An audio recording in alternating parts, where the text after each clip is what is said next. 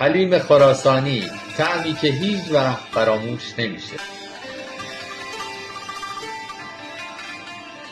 گندم پوسکنده یا بلغور گندم رو تمیز میکنیم، میشوریم و میذاریم یه شب خیس بخوره.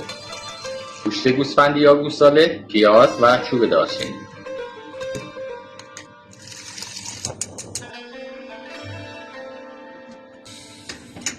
آب بلغور خیس خورده رو چند بار عوض میکنیم.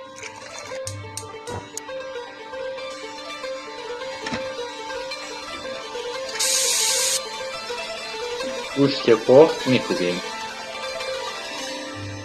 بلغور رو میکوبیم، آب گوشت رو هم بهش اضافه میکنیم.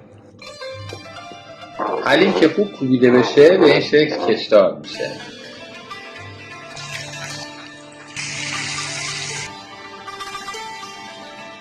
این غذا خاطره سازه.